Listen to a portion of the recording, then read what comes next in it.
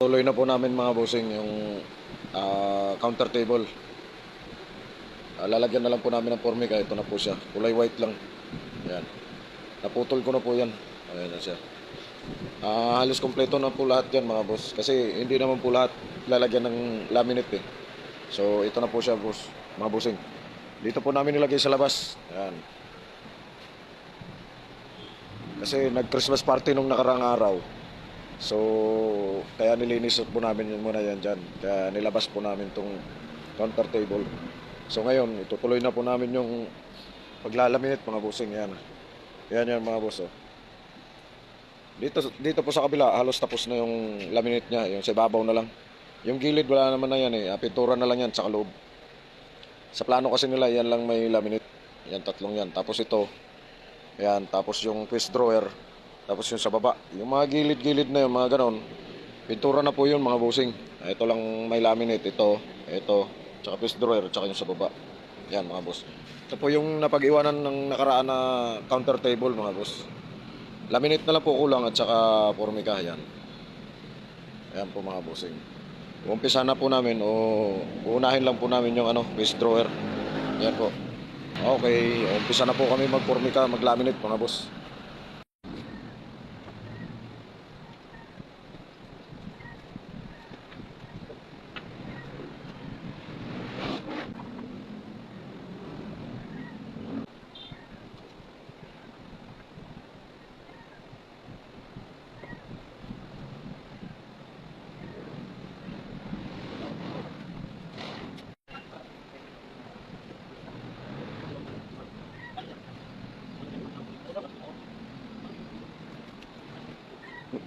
Napapansin nyo po mga bossing, yung mga pako, hindi po nakalubog yan.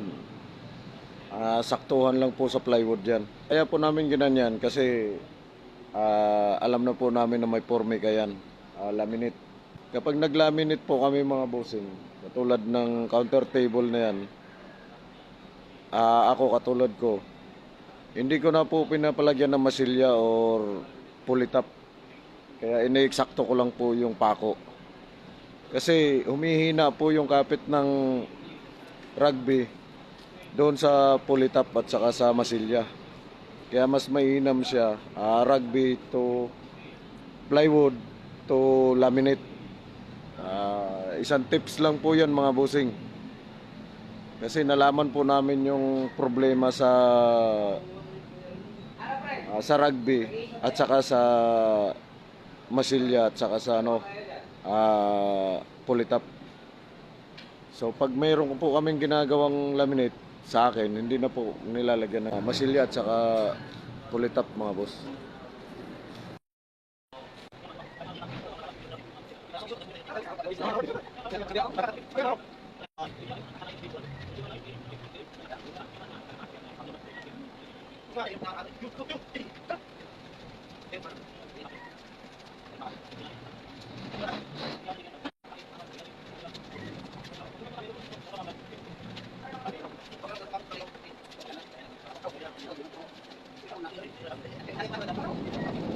Kakabit na po namin yung laminate mga boss sa face drawer. Part pa rin po siya ng face drawer mga boss. Yung frame niya. Frame sa harap.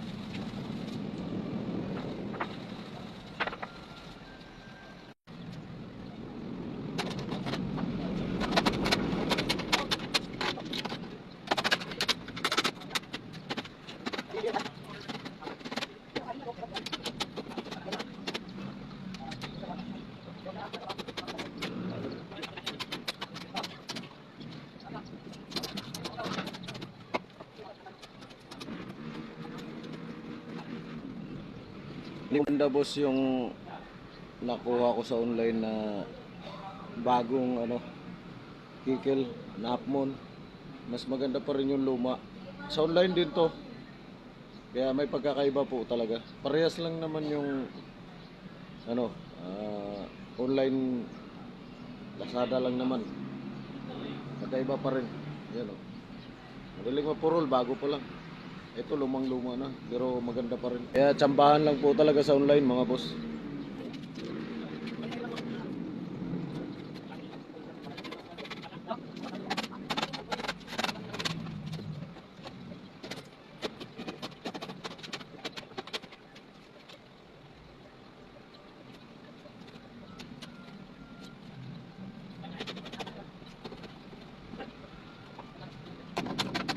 Ready na.